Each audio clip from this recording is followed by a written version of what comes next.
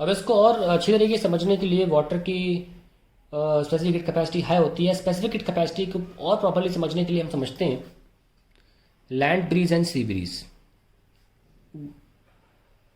And sea breeze. देखिए suppose ये आपकी यहाँ पे सी है, ये आपका शहर है।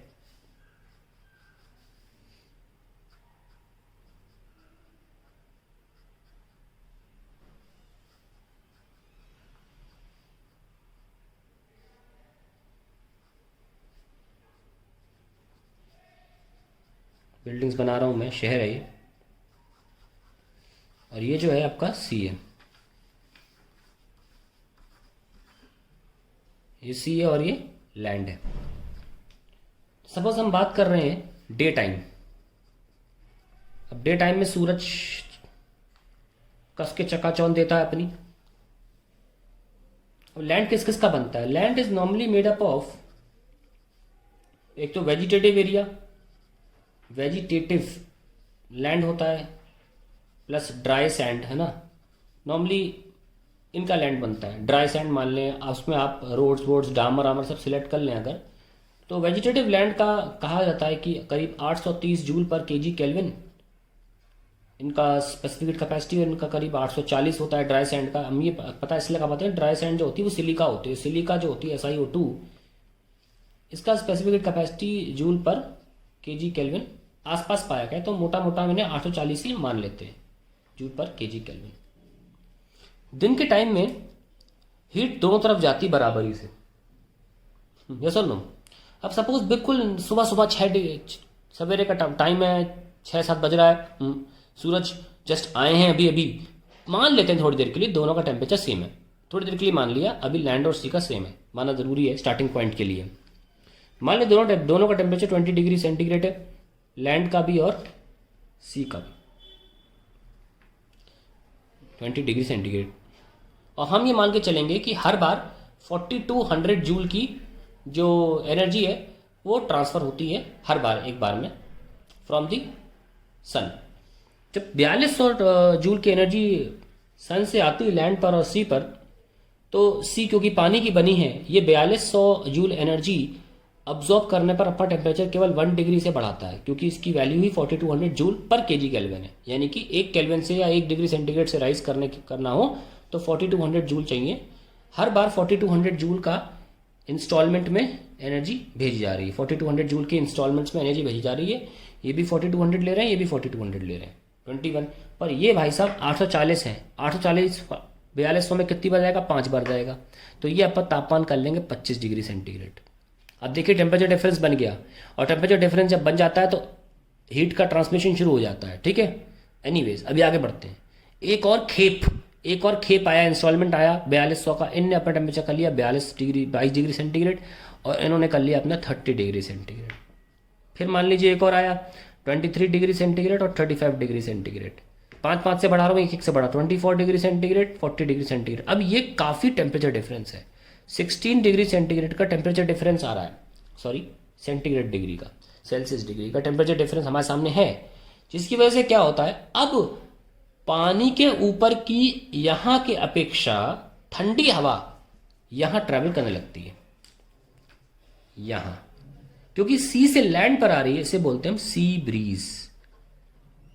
क्योंकि यहां से गर्म हवा ऊपर उठ जाती है और जगह बनाती है, एक वैक्यूम सा क्रिएट होता है, और फिर सी ब्रीज लैंड पर आती है, और फिर वो गर्म होती है, फिर वो उठती है, और फर्दर सी ब्रीज आती है, फिर वो इधर लेफ्ट पे आती है। ये कौन है? Hot air at 40 degree C. क्योंकि जब लैंड 40 डिग्री सी का हो गया तो पानी ऊपर की हवा को भी 40 के आसपास कर देगा, और 40 डिग्री, क्योंकि बताऊँ आपको कि जो एयर होती है ना, एयर, उसका करीब 780 के आसपास का जूल पर केजी केल्विन होता है, जो कि ज़मीन के आसपास है। तो उनका ऑलमोस्ट 1 डिग्री के लिए सेम ही रिक्वायर्ड होता है टेम्परेचर, तो बिल्कुल एग्जैक्ट ट्रांसफर कर लेते हैं ये। 40 पर लैंड है, 40 पर ही आपकी एयर पहुंच जाएगी। तो यहाँ सडनली ऊपर उठने की वजह से एक वैक्यूम सा प्रेशर डिफरेंस भी क्रिएट होता है, तो सी ब्रीज यहाँ पे आके उस जगह को भरती है। That is how sea breeze take place. अब लैंड ब्रीज की बात करते हैं।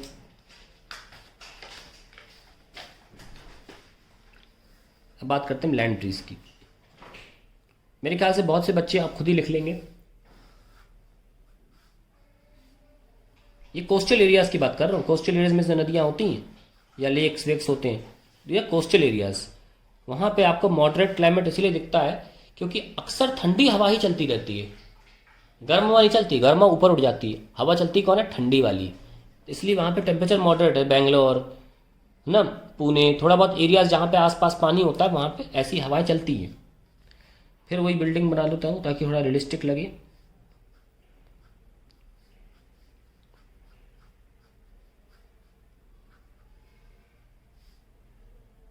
ठीक है, और ये आपका लैंड हो जाएगा और ये आपका सी हो जाएगा। अब नाइट टाइम है, अब ये गर्म है ना, अब ठंडे होने की बारी है। मान लेते हैं शाम होते होते थोड़ा सा ऐसा कुछ हुआ, हमें फिर से एक टेम्परेचर पे स्टार्ट करना पड़ेगा, जाकि दोनों सेम है। शाम होते होते मान लो दोनों ने अपना अटेन कर लिया टेम्परेचर, ऐसे सर्कल करते करते, ये कन्वेक्शन करंट्स हैं। और ये मतलब ऐसे आके फिर ऊपर उठना, फिर ऐसे आना, एक सर्कुलर करंट हो जाता है ब्रीजेस का। उसके बाद मान लेते हैं शाम 6-7 बजे तक करीब करीब दोनों का टेम्परेचर सेम हो गया due to continuous circulation of the heat. अब लैंड मान लेते टेम्परेचर सपोज दोनों 30-30 पर आ गए, सी भी 30 पर आ गई, लैंड भी 30 पर आ गए, सब ऐसा हो गया, मतलब बीच का कुछ मामला हो गया। अब क्योंकि रात हो चुकी है और रात में जो एम्बियंस का टेम्परेचर है वो कम है और लैंड और सी का ज़्यादा है, तो अब क्या होगा, ये अपनी हीट छोड़ेंगे।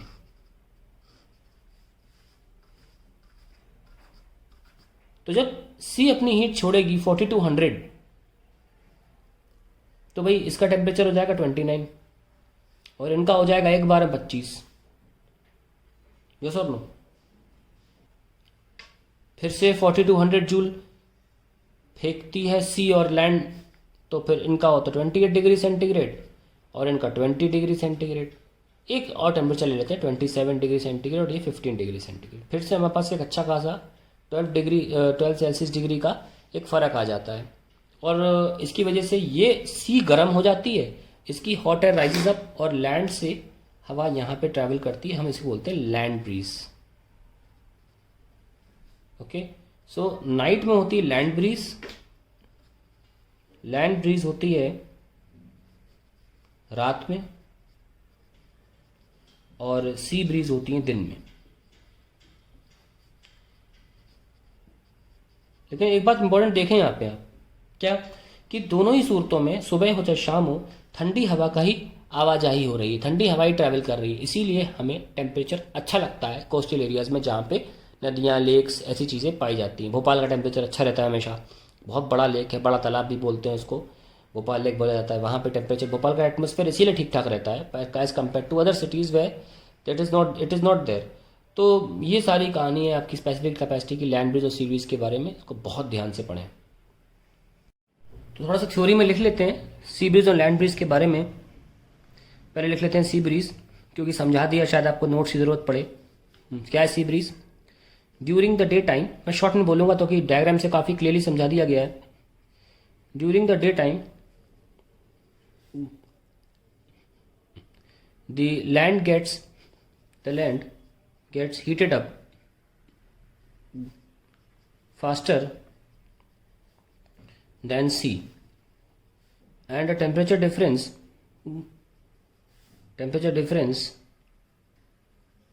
is created. The sea being at lower temperature than the land. The hot air above the land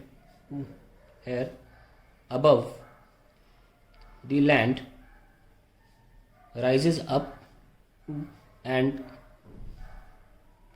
air over the sea at low temperature travels towards the land.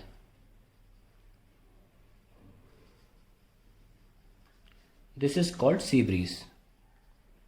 बहुत छोटे में बता दिया मैंने, कॉल्ड। आपको पीछे की पूरी भूमिका डायग्राम के थ्रू समझाई जा चुकी है। लैंड ब्रीज में उल्टा होता है। During the night the land gets cooled down faster, gets cooled down faster, and the air above land is at lower temperature than the air above sea. Thus, the air above sea rises up, and the low temperature air above land takes that space, giving rise to land breeze at night.